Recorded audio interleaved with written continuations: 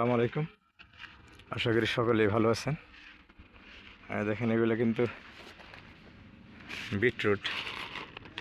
এই যে আমাদের এখানে যে বিটরুটগুলো হয়েছিল ওগুলো কিন্তু এই যে শুকনো করে রাখা হয়েছে। এটা বিটরুট নিয়ে কিন্তু আমার আগেরই দুইটা ভিডিও দেওয়া আছে, আপলোড করা আছে। এর উপকারিতাও কিন্তু ওইখানে ব্যাখ্যা করা আছে। এটা হচ্ছে পরবর্তীতে ব্যবহার করার জন্য দীর্ঘ দিন ব্যবহার করার জন্য এই বিটরুটগুলো শুকানো হচ্ছে এইভাবে। পরে এটা ব্লেন্ড করে খাওয়া যাবে, শরবতের মতো করে খাওয়া যাবে পরবর্তীতে, যার কারণে এইভাবে প্রসেসিং করা হয়েছে। দেখেন আপনারা, এগুলো কিন্তু এই যে বিটরুট, প্রসেসিং করা বিটরুট শুকিয়ে রাখা যাইতেছে।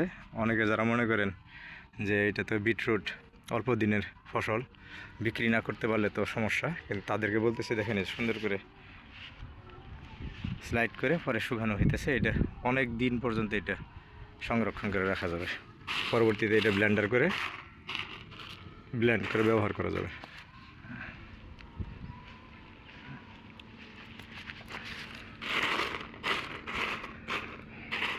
বিটরুটগুলো অনেক সুন্দর হয়েছিল, সাইজও বড় হয়েছিল।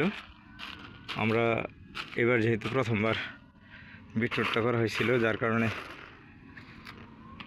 পরীক্ষামূলকভাবেই সমস্ত প্রসেসিংও প্রথমবারের মতো করা হচ্ছে। এই যে শুকানো হয়ে গেছে, আরও ড্রাই করা হবে। ড্রাই করার পরে পরবর্তীতে এটা সংরক্ষণ করে রাখা হবে, প্রয়োজন অনুসারে পরে ব্লেন্ড করে এটা ব্যবহার করা হবে।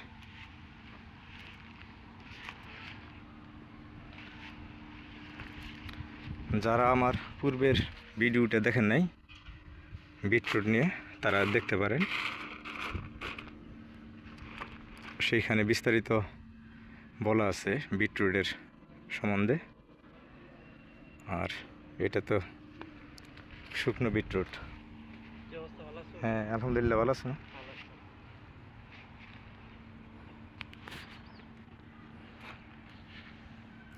আপনারাও চাইলেও এইভাবে বাজার থেকে কিনেও আপনারা এইভাবে শুকিয়ে রাখতে পারেন পরবর্তীতে ব্যবহারের জন্য।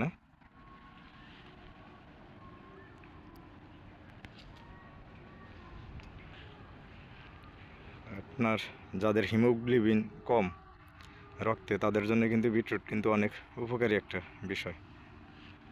আপনারা এইভাবে সংরক্ষণ করে রেখে দেবেন এবং প্রয়োজন অনুসারে ব্লেন্ড করে ব্যবহার করবেন। ভালো থাকবেন, পরবর্তীতে আবার দেখা হবে আপনাদের সাথে।